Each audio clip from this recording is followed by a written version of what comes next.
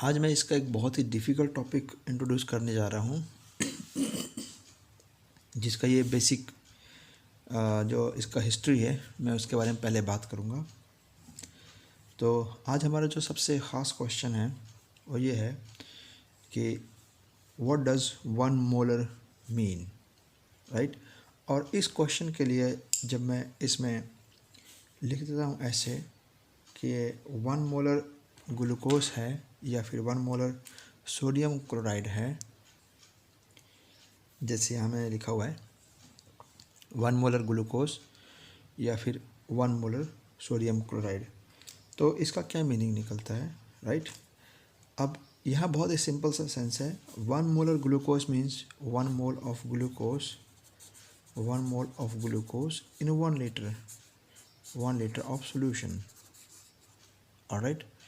लेकिन 1 molar of NaCl, 1 mole of NaCl in 1 litre of solution, ऐसा होना चाहिए, ओके। बट ये स्टेटमेंट गलत है, राइट। क्यों गलत है? इसका रीज़न बहुत सिंपल। देखिए, अगर आपके पास सोडियम क्लोराइड है और आप इसको वाटर में डिज़ोल्व करते हैं, राइट, ये क्योंकि आयनिक स्पीशीज़ है, वाटर में डिज़ोल्व हो जाने के बाद ये स्पीशीज़ आयोनाइज होगा, राइट। ये आयोनाइज हो जाता है ऐसे, और ये आयोनाइजेशन इस बात पे डिपेंड करती है कि हमारे पास कितने अमाउंट में हमने वाटर ऐड किया हुआ है, क्योंकि ये सभी लोग सॉल्युबिलिटी लिमिट से बाउंडेड होंगे, ऑलराइट। जैसा कि हमने लास्ट इसके एनिमेटेड वीडियोस में देखा था कि कम्प्लीटली NaCl इसमें डिज़ोल्व हो सकता है, आयंस में स्प्लिट हो सकता है। उस कंडीशन में आपको बहुत लार्ज अमाउंट ऑफ वाटर भी यूज़ करना पड़ेगा, ओके। अब क्योंकि हमारा क्वेश्चन है 1 मोलर NaCl, NaCl का मीनिंग हो गया कि NaCl होना चाहिए, राइट। फॉर एग्जांपल अगर हम इस बात को देखें, देखिए ये है मेरे पास NaCl, सोडियम क्लोराइड, इसे तो मैं सोडियम क्लोराइड बोलूँगा। लेकिन अगर हम इसके स्प्लिटेड आयंस को देखें ऐसे, तो क्या ये भी सोडियम क्लोराइड हो सकता है? पॉसिबली। यहाँ पे ऐसे रख के हम देखते हैं, क्या ये चीज़ सोडियम क्लोराइड हो सकती है? तो नहीं, इसका आंसर बहुत ही सिंपल है। ये बाउंडेड स्टेट है, आयनिक स्टेट है, आयंस है, आयंस कम्प्लीटली बाउंडेड हैं, सॉलिड स्टेट है। ये है सोडियम क्लोराइड और ये है sodium ion hydrated, chloride ion hydrated, right. So that means मैं ये कहना चाहता हूँ कि सोडियम क्लोराइड की bounded state sodium ion hydrated और क्लोराइड आयन हाइड्रेटेड से बिल्कुल अलग है। तो ये दो अलग अलग बातें हैं। अब अगर हम ऐसे ही ग्लूकोज को समझते हैं कि ग्लूकोज के बारे में बात करते हैं जैसे, राइट, तो ग्लूकोज का फॉर्मूला होता है C6H12 एंड O6। अब इसका सिंपली मीनिंग ये हो गया कि आपके पास 6 कार्बन होंगे इस तरीके से, राइट, और इस 6 कार्बन में से एक होगा डबली बॉन्डेड ऑक्सीजन वाला कार्बन, राइट। यहाँ हाइड्रोजन होंगे, इस पर हाइड्रोजन, यहाँ हाइड्रोजन, हाइड्रोजन, हाइड्रोजन, सभी कार्बन पे एक हाइड्रोजन होगा एटलीस्ट, और इसके अलावा सभी कार्बन पर एक एक हाइड्रोक्सिल ग्रुप भी होगा। यहाँ भी हाइड्रोक्सिल ग्रुप होगा, यहाँ हाइड्रोक्सिल ग्रुप होगा, यहाँ भी हाइड्रोक्सिल ग्रुप होगा, और इस कार्बन पर भी हाइड्रोक्सिल ग्रुप होगा और एक एडिशनल हाइड्रोजन भी होगा, राइट। तो अब मेरे को इसका अगर मैं मॉडल रिप्रेजेंट करता हूँ, देखो ये है मॉडल हमारे पास इसका। मैंने इस मॉडल में थोड़ा सा शॉर्ट करने के लिए इनके OH और H को रिमूव कर दिया है, क्योंकि मेरा पर्पज़ यहाँ पर इसका मॉलिक्यूलर फार्मूला शो करना नहीं है। मेरा पर्पज़ सिर्फ ये है कि क्या ये जॉइंट स्टेट है, और हमारा आंसर है yes, it is joint state, it is bounded state. लेकिन क्वेश्चन ये है कि जब मैं ग्लूकोज को वाटर में डिज़ोल्व कर लूँगा, right, 1 mole of glucose in 1 litre of solution में, राइट, तो जब ग्लूकोज डिज़ोल्व होगा तो क्या ग्लूकोज इसी फॉर्म में रहेगा जिस फॉर्म में ये सॉलिड स्टेट में था, या फिर इसके सारे फॉर्म इस तरीके से अलग अलग हो जाएंगे ऐसे, राइट। तो हमारा इसका जो सही रिज़ल्ट है, जो हम लोगों ने अब तक अपने टेक्स्ट बुक से मैसेज जो देखा है वो ये है कि ग्लूकोज का मॉलिक्यूल एज सच इंटैक्ट रहता है, ये पीसेज में स्प्लिट नहीं होता है, लेकिन सोडियम क्लोराइड का जो फार्मूला है ये स्प्लिट हो जाता है।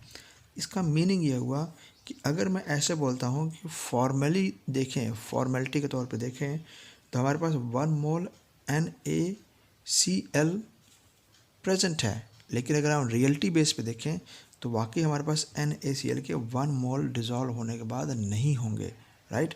तो मैं यहाँ पर एक करेक्शन करवाऊँगा। सबसे पहले वो ये करेक्शन है कि इस चीज़ को अगर हम 1 फॉर्मल बोल दें, 1 फॉर्मल NaCl, तो ये इसके कंपैरिजन में ज़्यादा बेटर करेक्ट हो गया, राइट। बिकॉज आइदर ये स्प्लिट हो चुका है और ये स्प्लिट नहीं हुआ है, राइट। 1 फॉर्मल रिप्रेजेंट करता है कि इतने यूनिट्स हैं, ना कि इतने ज्वाइंट यूनिट्स हैं, जैसा कि इसके अकॉर्डिंग मिलता है हमें मैसेज, ऑलराइट।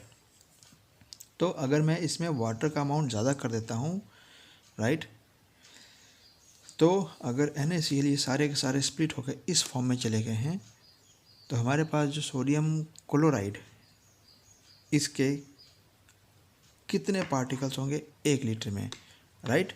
फॉर एग्जांपल अगर हालत ऐसी हो जाती है कि सारे आयन जो हैं आपस में स्प्लिट हो जाते हैं, वाटर के अंदर सारे स्प्लिट हो जाते हैं, तो क्वेश्चन सिर्फ ये है कि हमारे पास NaCl के इस तरह के कितने पीसेस हैं, तो इसका आंसर होगा 0, राइट। अगर इसके 0 पीसेस हैं, दैट मीन्स मोलैरिटी NaCl की होगी 0, लेकिन फॉर्मेलिटी NaCl की होगी 1 फॉर्मल, राइट। सो एक नया टर्म है फॉर्मल, फॉर्मेलिटी से मोलर, मोलैरिटी से। आई होप ये बात सबको बहुत समझ में आ रही है, क्लियर कट, कि यहाँ जो स्पीशीज़ लिखा हुआ है ये उसकी मोलैरिटी के बारे में बात हो रही है, कि ये स्पीशीज़ जैसा लिखा हुआ है, जैसा ये सॉलिड स्टेट में था, सॉलिड स्टेट में इस तरीके से था, तो वैसा ही इसको एक्वस स्टेट में भी होना चाहिए। जैसा ग्लूकोज लिखा हुआ है, तो ग्लूकोज अगर जॉइंट स्टेट में था, सॉलिड स्टेट में बिफोर डिसोल्यूशन, तो आफ्टर डिसोल्यूशन भी ये सब्सटेंस जो है उसी फॉर्म में रहेगा, ना कि ये स्प्लिट हो जाएगा। अब क्वेश्चन ये है कि ये चीज़ हमें ऐसा महसूस होता है कि इसका स्प्लिट होना तो जैसे एक आम सी बात है, जैसे हर किसी को पता है, पर एक सिंपल सा फंडा है। अगर आपके पास देखिए एक बीकर है, राइट, अब आप इस बीकर में पानी डाल देते हैं, राइट, इसके बाद आप इसमें डालते हैं सोडियम क्लोराइड, या फिर आप इसमें ऐड करते हैं ग्लूकोज। डिज़ोल्व होने के बाद दोनों ही डिसअपियर हो जाते हैं, राइट। इसी को हम डिसोल्यूशन बोलते हैं कम्प्लीटली। जब वो एटॉमिक स्केल तक ब्रेक हो जाता है तो उसे हम बोलते हैं डिसोल्यूशन। क्वेश्चन ये है कि जब ये लोग जब ये सॉल्यूट इसमें विजिबली नहीं अपीयर हो रहे हैं, तो क्या ऐसे में हम ये बात कंक्लूड कर सकते हैं कि ये स्प्लिट हुआ है या नहीं हुआ है, राइट। अब कुछ स्टूडेंट्स ऐसे भी होंगे जो ये आंसर देंगे कि हाँ ये स्प्लिट हुआ है, ये हमें ऐसे पता चलता है क्योंकि ये चार्ज्ड स्पीशीज रहेगा, it will conduct electricity, right. ठीक है, वो एक एविडेंस है कि वो इलेक्ट्रिसिटी कंडक्ट करेगा, इसलिए ये हमें पता लग जाता है कि स्प्लिट हुआ है। पर क्वेश्चन ये है, क्या हमें ये भी पता लग सकता है कि अगर मैं इसके 100 पीसेस डिज़ोल्व करता हूँ तो उसमें से क्या 100 के 100 pieces as it is split हो जाएंगे, या उसमें से कुछ पीसेस इस तरीके से रह जाएंगे, राइट। क्योंकि ये जो डिसोल्यूशन है, ये जो इनका स्प्लिटिंग है, ये कम्प्लीटली इस बात पे डिपेंड करता है कि हमने वाटर का कितना अमाउंट रखा हुआ है, राइट। तो अगर हम वाटर का अमाउंट फिक्स कर देंगे तो डेफिनेटली ये एक्सपेक्टेड है कि सारे NaCl के पार्टिकल्स इस कंडीशन में नहीं जाएंगे, उसमें से कुछ लोग जो है इस तरीके की जॉइंट स्टेट में भी रहेंगे, राइट। तो सपोज करते हैं, let us count it. For example ये हमारे पास यहाँ पर 8 रेड क्लोराइड आयंस हैं, ये 9th है और ये 10th है, राइट। तो मेरे पास यहाँ पर टोटल जो है 10 क्लोराइड एनायंस हैं, दैट मीन्स मेरे पास 10 ही सोडियम कैटायंस भी हैं, राइट। लेकिन इन 10 पीसेस में से एक बहुत ही सिंपल सी बात है, अगर मैंने 10 पीसेस रखे हुए हैं, 10 पीसेस में से हमारे पास 80 पीसेस डीकम्पोज हो चुके हैं और 2 पीसेस बच गए हैं, तो अगर हम परसेंटेज वाइज बात करते हैं तो हम इसके लिए कहेंगे कि क्योंकि 10 में से 80 लोग डिसोशिएट हो गए हैं, तो 100 में से 10 में से 8 लोग डिसोशिएट हो गए हैं, तो 100 में से 80 डिसोशिएट होंगे। और इस 80 को हमने इक्विलिब्रियम में पढ़ा हुआ है परसेंटेज डिसोसिएशन।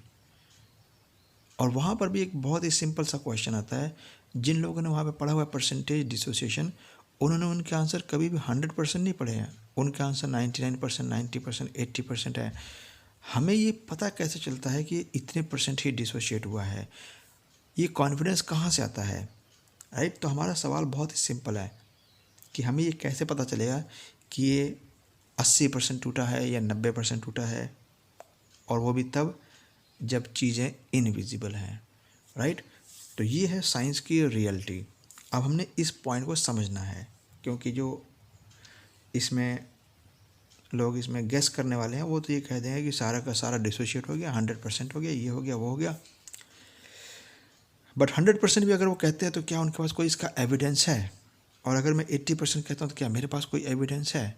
क्वेश्चन ये है, जो एविडेंस देगा उसकी बात आगे होगी, राइट? सो अब हम इस बारे में बात कर रहे हैं। जब हम स्टूडेंट से ऐसा कोई क्वेश्चन पूछते हैं कि सोडियम क्लोराइड का मोलर मास कितना है, तो उनका आंसर बहुत ही सिंपल होता है, वो होता है 58.5। और वो 58.5 देखो कितना सिंपल आता है, 58.5 बहुत ही सिंपल है। उन्होंने सोडियम को लगाना है मास 23 और क्लोराइड का लेना है 35.5, राइट? और इनको जोड़ के बताना है इतना मास आ गया। अब ये चीज़ें ऐसी शो होती हैं, कुछ ऐसा महसूस होता है जैसे कि ये इन्होंने अपने ऊपर एक टैटू बनवा रखा है। सभी सोडियम ने टैटू बनवा रखा है, इसके पीछे 23 लिखा हुआ है, और जितने भी क्लोराइड्स हैं उनके पीछे 35.5 लिखा हुआ है। और ये बहुत ही सिंपल मैथमेटिक्स है, just like first standard, just add the 2 number you get the result, right? But keep in mind कि ये चीज़ें इनविजिबल हैं। जब ये चीज़ें इनविजिबल हैं तो आपके पास ये नंबर्स कहाँ से आते हैं, आप इसको कैसे ऐडअप कर सकते हैं, ये क्यों ऐसे होता है, राइट? तो हमारा क्वेश्चन बहुत सिंपल है कि इनके मोलर मासेस कहाँ से आए हैं। आपको ये बात जान के बहुत ही हैरानी होगी कि अगर मैं आपके पास सोडियम क्लोराइड का मास पूछता हूँ कि सोडियम क्लोराइड का मास कितना है, सभी लोग इस बात पर ज़रा गौर करें कि मैं क्या पूछ रहा हूँ। मैंने सोडियम क्लोराइड का मोलर मास पूछा है, राइट? और आपने ये आंसर लिख दिया। फिर मैंने आपसे पूछा कि ग्लूकोज का मोलर मास कितना है, तो आपके पास इसका आंसर कैसे आएगा? देखिए C6H12O6, आपने फार्मूला लिखा और फिर आप हर एक सिंबल के साथ में अटैच एक नंबर लिख लेते हैं, 12 × 6, 12 × 1, 6 × 16, और आप इन सब को जोड़ करके बता देते हैं कि जी इसका मास 180 आया है, राइट? अब मेरे पास एक क्वेश्चन और है, अब ज़रा इसको सुनिए। मैंने लिख दिया कैम्फर, मैंने लिख दिया नेलोरफिन, राइट? और मैंने पूछा इसका मोलर मास कितना है, इसका मोलर मास कितना है। अब आप यहाँ पे देखिए ट्रैप हो गए। क्यों ट्रैप हो गए? क्योंकि आप इस बात पे डिपेंड करते हैं कि पहले मैं आपके सपोर्ट में आपको ऐसा एक फार्मूला दे दूँ, और जब मैं आपको फार्मूला दे दूँ तो आप इनके सिंबल के साथ में अटैच एक नंबर देख लेंगे और उनको लगा के सिंपल मैथमेटिक्स आप मुझे एक नंबर दे देंगे। पर क्वेश्चन ये है कि अगर मैं एज ए साइंटिस्ट अगर मैं इसको बारे में बात करूं कि अगर मैं कैम्फर देता हूं, नेलोरफिन देता हूं, तो ये आपको कैसे नज़र आएंगे?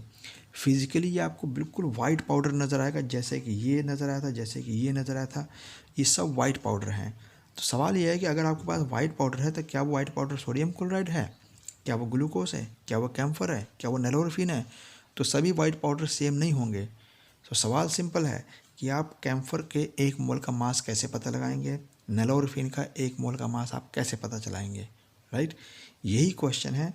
और इनके मोलर मासेस को पता लगाने के लिए हमें फॉर्मूले का यूज़ नहीं करना। मैं इसीलिए तो कह रहा हूँ कि सबसे शॉकिंग चीज़ ये है कि जो केमिस्ट्री की जो रूट है लोगों को जो नहीं पता चल पाती है वो ये है कि स्टूडेंट्स इसके ज़रिए मोलर मास निकालता है, लेकिन जो हिस्टोरिकली जो स्टोरी है वो ये है कि जिन साइंटिस्ट ने इसका मोलर मास निकाला था ग्लूकोज का, कैम्फर का, नैलोरफिन का, उन्हें भी इनका मॉलिक्यूलर फॉर्मूला नहीं पता था, राइट। सो क्वेश्चन ये है कि अगर मैं आपके पास ये डेटा छुपा लूँ, राइट, तो क्या आप 180 लेके आ सकते हैं? इसे कहते हैं साइंस। और अगर मैं इसको दे दूं और आपने इस बात को समझ लिया कि इसके साथ 12, इसके साथ 12, इसके साथ 1 और ये 16, और आपने इस तरीके से गणित लगा देना हर बार, ये बन जाएगा, then sorry, that is not a science. Alright. तो अब यहाँ पे हमारे पास सबसे ख़ास बात हो जाती है कि इस तरह के जिन चीज़ों का सिर्फ हमारे पास नाम ही नाम है, कोई फॉर्मूला किसी ने डिस्कवर नहीं किया, and you may be the first to discover that, तो आप इनके मोलर मासेस आप किस तरह से पता लगाते हैं, यही आपका सिलेबस है, यही आपने पता करना है, राइट। सो हम लोग अब इस बारे में बात कर रहे हैं। उसके लिए हम सबसे पहले जो सिंपली मैथमेटिक्स पढ़ रहे हैं वो ये है कि जैसे हमारे पास ये पार्टिकल स्प्लिट हुआ था सोडियम क्लोराइड का, तो हम क्या इसके लिए कोई मैथमेटिकल इक्वेशन तैयार कर सकते हैं? ओके, सपोज़ करिए कि अगर आपके पास ये इनिशियली 100 थे, राइट, वाटर में डिज़ोल्व करने से पहले 100 थे, ठीक है, तो ऑब्वियसली इसके कोई भी पीसेस नहीं बनेंगे, ओके। लेकिन इस इनिशियल पार्ट के बाद एक फाइनल पार्ट भी आता है, और सपोज़ कीजिए कि फाइनल पार्ट में आपने ये बताया कि इसमें से सिर्फ 20 ही बचे, तो ऑब्वियसली इसमें से जो पार्टिकल्स डिसएसोसिएट हो गए वो 80 थे। तो अगर 80 चीज़ें, अगर इस तरीके की जो 80 जुड़ी हुई चीज़ें थी, अगर वो स्प्लिट हो जाएंगी, तो आप देखेंगे कि इसके अंदर जो नंबर ऑफ़ पार्टिकल है, पार्टिकल मीन्स पार्टिकल, राइट, मैं NaCl के बारे में नहीं, पार्टिकल के बारे में बात कर रहा हूँ। अभी ये एक पार्टिकल है, सिंगल यूनिट है, राइट, और अब ये 2 पार्टिकल हैं। पार्टिकल के नेचर पे ना जाएं, फॉर्मूला ना क्रिएट करें, काउंट दी एंटिटीज़, काउंट दी इंडिविजुअल्स। ये इंडिविजुअल है, ये जॉइंट बॉडीज़ है, तो ये 1 हुआ, और ये स्प्लिट बॉडी है तो ये 2 पीसेज हुए, राइट। तो इस तरीके से अगर इसके 20 पीसेज इसमें इस फॉर्म में है डिसोशिएटेड, तो ऑब्वियसली 20 हो गया, अनडिसोशिएटेड है, सॉरी, तो इसके 20 पीसेज हैं वो जॉइंट फॉर्म में है, लेकिन 80 पीसेज इसके डिसोशिएट हो गए। तो डिसोशिएट होने के बाद मेरे पास ये जो क्लोराइड है वो 80 आ जाएगा, और सोडियम के पेयर भी मेरे पास, सोडियम भी 80 आ जाएगा। अब अगर आप टोटल नंबर ऑफ़ पार्टिकल्स देखें कि आपके पास पहले कितने पार्टिकल्स थे, बिफोर डिसोल्यूशन ये 100 ही थे, लेकिन आफ्टर डिसोल्यूशन मेरे पास हो गया 80, 80, 20, तो ये कितना हो गया, ये हो गया 180। ये समझ में आ गई बात कि इस तरीके से मेरे पास पार्टिकल्स बढ़ गए। ऐसे ही एक और भी बात है, आप सपोज़ कीजिए कि अगर ये पार्टिकल बढ़ गए और मैं आपसे पूछूं कि इसमें कितने % इंक्रीज़ हो गया, तो आप वो निकाल सकते हैं। ये बहुत ही सिंपल है। मैं इस बात को ऐसे कह सकता हूँ कि इसमें जो परसेंटेज डिसोसिएशन है वो है 80%। इस एग्जाम्पल में बात शो हो रही है कि 100 में से 80% लोग डिसोशिएट हो गए। तो हम लोग इसके लिए क्या कोई मैथमेटिकल एक्सप्रेशन ड्रॉ कर सकते हैं? Obviously yes. तो उसका बहुत सिंपल सा मेथड है। मैं उसके लिए एक सिंपल यहाँ पर एक इक्वेशन लिख के दोबारा डेराइव कर रहा हूँ, राइट, जनरलाइज्ड फॉर्म में। सपोज़ कीजिए मेरे पास इस तरह के जो सब्सटेंसेस है वो इस प्रकार से रिप्रेजेंट होते हैं A+B-, और जब ये डिसोशिएट होता है, राइट, तो उसके लिए मैं कुछ इस तरीके का एरो शो करूँगा, राइट, और ये एरो आपको बहुत कुछ समझा देगा। इसकी लेंथ समझा रही है कि मैक्सिमम लोग डिसोशिएट हुए हैं, बट बहुत कुछ लोग नहीं डिसोशिएट हुए, राइट। तो ये A+ में डिसोशिएट हुआ है, प्लस B- में डिसोशिएट हो गया। मैंने यहाँ पर एक्वस मीडियम भी नहीं रखा क्योंकि मैं इसको जनरलाइज्ड बात कह रहा हूँ, तो मैं किसी भी सॉल्वेंट के लिए स्पेसिफिक नहीं हो सकता हूँ। हो सकता है यहाँ पर अल्कोहल हो सकता है कोई और मीडियम भी हो। सपोज़ कीजिए कि इनिशियली जो है ये 1 मोल था, तो आपके पास ऑब्वियसली इसके 0 मोल्स हो जाएंगे। और आप सपोज़ कीजिए कि आउट ऑफ 1, एक में से सपोज़ कीजिए वो अल्फ़ा डिसोशिएट हो गया, आउट ऑफ 1 अल्फ़ा टूट गया। तो अगर एक में से अल्फ़ा टूटा है तो ऑब्वियसली यहाँ पर ये अल्फ़ा बनेगा, और ऑब्वियसली यहाँ भी अल्फ़ा बनेगा। आप देखें कि ये जो पीसेस है वो 2 पीस में डिसोशिएट हुआ है, राइट। तो हमारे पास पहले कितने पार्टिकल्स थे 1, अब कितने पार्टिकल्स हैं 1 माइनस अल्फ़ा प्लस ये अल्फ़ा अल्फ़ा 2 अल्फ़ा। देखो बहुत सिंपल सा है। सपोज़ कीजिए कि अगर ये ए बी ना होकर के सपोज़ ये ए बी और या एक्स वाई कुछ और होता तो यहाँ पर एक दो पार्टिकल और होता है। सपोज़ कीजिए मैं इसको ऐसे ले लेता हूँ कि ए प्लस 2 है, ये B2 है, जैसे कि एग्जांपल के तौर पे ये MgCl2 है। तो अगर मैं इसके सिंपली ये क्वेश्चन है कि ये आयोनाइज होने के बाद कितने आयंस देगा, तो एक तो ये आयन आ जाएगा, बाकी दो ये, यानी कि 3 आयंस आ जाएंगे।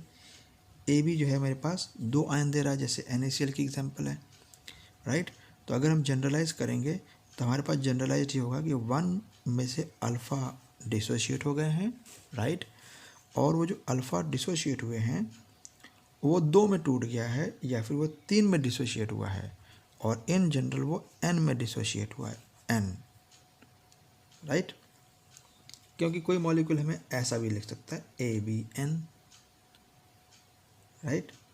तो कुछ इस तरह की सिचुएशन मैंने बताई है कि ये जो सॉरी नॉट ABN, इसको हम ले सकते हैं जैसे XN, बस ये X कुछ भी हो सकता है, बस ये इतने पीसेस में डिसोशिएट हो जाएगा। मीन्स कि जब ये डिसोशिएट होगा तो ये आपको X पीसेस देगा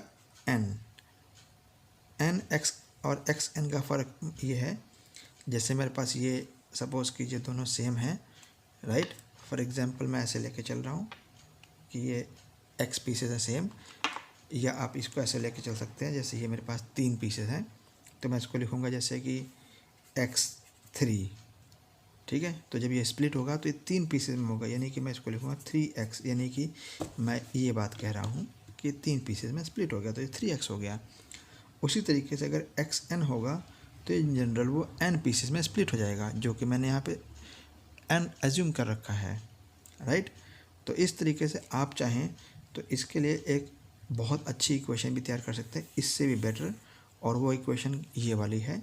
आप लेंगे कि ये XN पीसेस था, मीन्स ये लोग सब जॉइंट पीसेस थे इनिशियली, राइट। जैसे कि हम इसको यार रिप्रेजेंट करते हैं यहाँ पे, ये XN हो गया, और ये XN जो है स्प्लिट हुआ है, इसमें ध्यान रखना है उसका NX में, राइट। आपको कोई चार्ज नहीं इंसर्ट करना, कुछ भी नहीं शो करना, ये जनरलाइज्ड फॉर्म है। तो इसके लिए हमारे पास ये सिचुएशन आ गई। ये आफ्टर इफेक्ट है, आफ्टर डिसोसिएशन। तो क्वेश्चन है हमारे पास पहले कितने थे 1, अब इतने हो गए, तो इसमें कितना % डिसोशिएट हुआ। तो ये बहुत ही सिंपल कैलकुलेशन है, राइट, वो बहुत ही सिंपल है, और इसे हम समझ सकते हैं इस तरह से। देखिए, एक में से कितने डिसोशिएट हो गए 1 में से N alpha, right, alpha dissociate होते और इसके टोटल पार्टिकल्स इतने आ गए, राइट। तो अब क्वेश्चन ये है कि हमारे पास कितने % पार्टिकल बढ़ गए। जैसे हमारे पास इस पिछले एग्जांपल में आपने यहाँ पे देखा था NaCl में कि 180 पार्टिकल हो गए थे 100 से। तो अगर मैं आपसे ये क्वेश्चन पूछूं कि भाई कितने पार्टिकल्स कितने गुना बढ़ गए, number of times, how many times ये बढ़ गया, तो आप सिंपली देखेंगे कि 180/100, राइट। तो आप बोलेंगे कि 1.8 टाइम्स बढ़ गया। अच्छा, एक बात और भी है समझने लायक।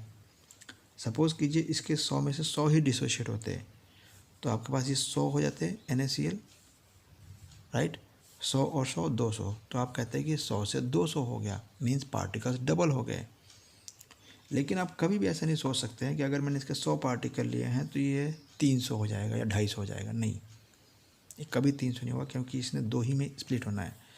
तो सिमिलरली अगर मैं आपके पास ये एग्जांपल रखता हूँ MgCl2 की, अगर मैं इसके 100 पार्टिकल्स ले लेता हूँ और ये एज्यूम करता हूँ कि सारे के सारे डिसोशिएट हो जाएं 100%, जस्ट एज्यूम्ड है, तो अगर ये 100% एज्यूम्ड है कि डिसोशिएट हो रहा है, तो 100 के कितने बन जाएंगे टोटल, 300 बनेंगे, 100 इसके 200 इसके, राइट, 300 बनेगा। तो 300 इसका मैक्सिमम वैल्यू है, और जब हम इसको रियलिटी में देखें तो 300 से हमेशा वैल्यू कम आनी चाहिए 100 के हिसाब से। तो आपसे ये पूछा जा रहा है कि वो कितने टाइम्स इंक्रीज़ हुआ, हम ये कैसे निकालेंगे, राइट। तो इसका बहुत ही सिंपल सा आंसर है, आप ये दिखाएंगे कि 1 minus alpha plus N alpha अब बन गए हैं ओवर, पहले 1 थे, ये बिल्कुल वैसे एग्जाम्पल है जैसे मैंने लिखा कि 180 अब हैं, पहले 100 थे। ठीक है, तो ये इसका सब लोग रिलेट कर सकते हैं इस वाली बात से। ठीक है, पहले 180 थे, पहले 100 थे, अब 180 है, तो इतने गुना बढ़ गया। राइट, मैं इस फैक्टर को आयोनाइजेशन होने के कारण इसको मैं स्मॉल आई से आयोनाइजेशन फैक्टर से इसको इंडिकेट कर रहा हूँ, इस तरीके से आई से। ओके, तो अब हम इसका रिवर्स पार्ट भी ज़रा पढ़ लेते हैं, वो भी बहुत सिंपल है। राइट, देखिए सपोज़ कीजिए कि आपके पास अब मैं जनरलाइज फॉर्म में बात करूँगा, लेकिन आपको समझाना ज़रूरी है। देखिए सपोज़ कीजिए आपके पास ये है हाइड्रोजन फ्लोराइड। राइट, तो हाइड्रोजन फ्लोराइड एक ऐसा मॉलिक्यूल है जिसमें कि हाइड्रोजन बॉन्डिंग बहुत ज़बरदस्त है। राइट, और इस कंडीशन में आप देखते हैं कि जो हाइड्रोजन फ्लोराइड है इसके टोटल 4 पीसेस एक साथ जुड़ सकते हैं हाइड्रोजन बॉन्डिंग में। और जब ये 4 पीसेस जुड़ जाते हैं हाइड्रोजन बॉन्डिंग से, तो ये इतना स्ट्रॉन्ग जुड़ता है कि आपको ये HF 4 HF आपको एक साथ मिलेंगे, ये अलग अलग नहीं स्प्लिट होकर मिलेगा आपको। राइट, तो अगर मैं इसको जनरलाइज करूं तो मैं ऐसे समझूंगा कि मेरे पास सपोज़ कीजिए NX पार्टिकल्स थे, और ये NX पार्टिकल जो है एसोसिएट हो गए, जैसे यहाँ पर डिसोसिएट हुए थे वैसे यहाँ पर एसोसिएट हो गए, और ये बन गया XN। राइट, इस एरो का मतलब ये होता है कि सारे नहीं हो गए, कुछ लोग नहीं भी एसोसिएट हुए हैं। राइट, तो सपोज़ कीजिए अगर आपके पास पहले पार्टिकल 1 था, अब उस टाइम 0 जुड़ गए, लेकिन सपोज़ कीजिए 1 में से अल्फ़ा पार्टिकल एसोसिएट होते हैं। राइट, हम इसको भी एग्जांपल में अपने रखते हैं क्योंकि हमारे पास समझाने के लिए बहुत बढ़िया एग्जांपल है कि यहाँ पे 4 लोग एसोसिएट हो गए। अब सपोज़ कीजिए कि अगर मैंने 100 HF रखे थे शुरू में, राइट, और मैं ये बता रहा हूँ कि 100 में से सिर्फ जो है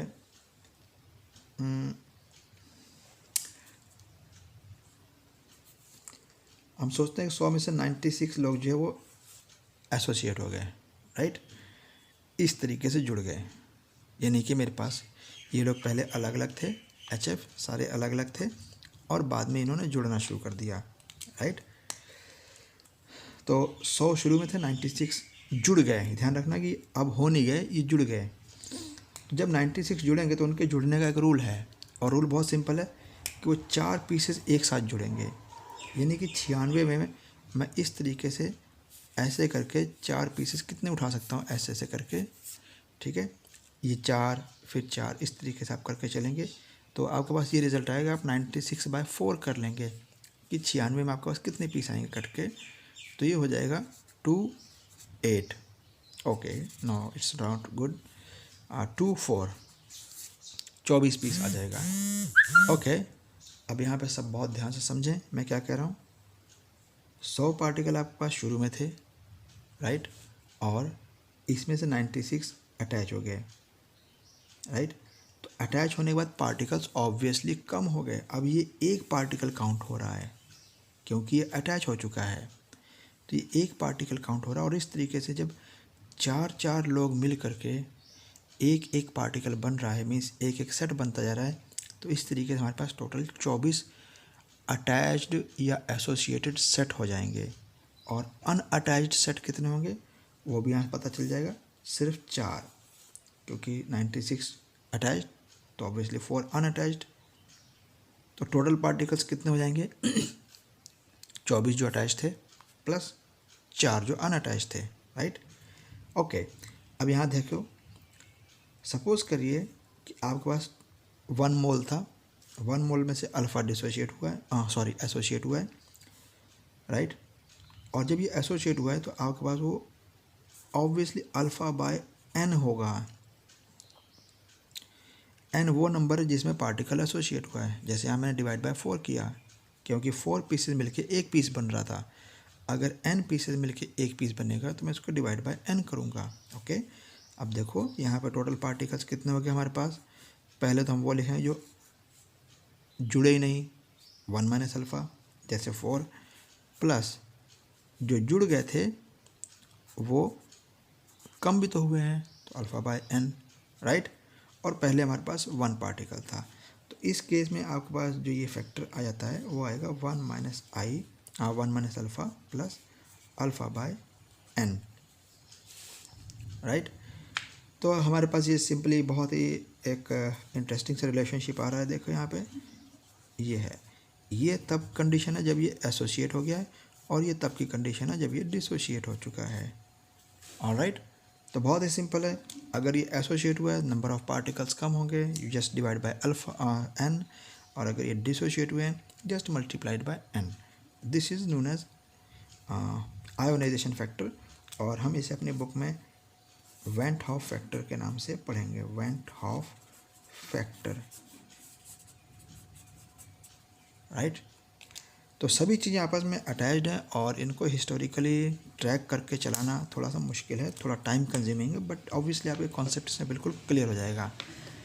तो ये थी फैक्टर। अब इसमें हमारे पास वेंट हॉफ के रिगार्डिंग इसमें जो सबसे इम्पॉर्टेंट चीज़ हमने सीखनी है वो ये है कि आपके पास जब ये बीकर है, और जब आपके पास इसमें डिज़ोल्व सब्सटेंस एक इनविजिबल सब्सटेंस है, तो सवाल यह है कि आपको ये कैसे पता चलेगा कि वो 4 पीसेज आपस में जुड़े हैं या वो 4 पीसेज में डिसोशिएट हुए हैं, राइट।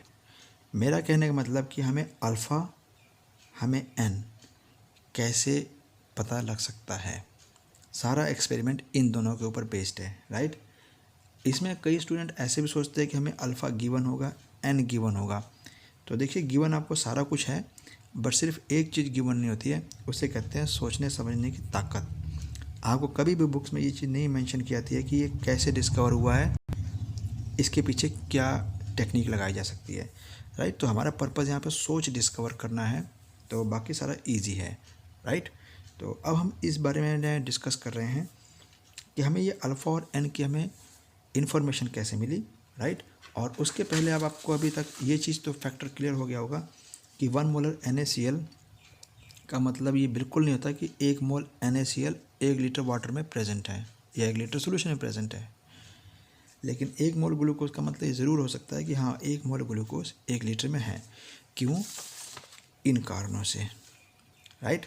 तो अब हम नेक्स्ट करेंगे जो काम, वो है कि हमें ये अल्फ़ा और एन की इन्फॉर्मेशन कैसे मिली, राइट।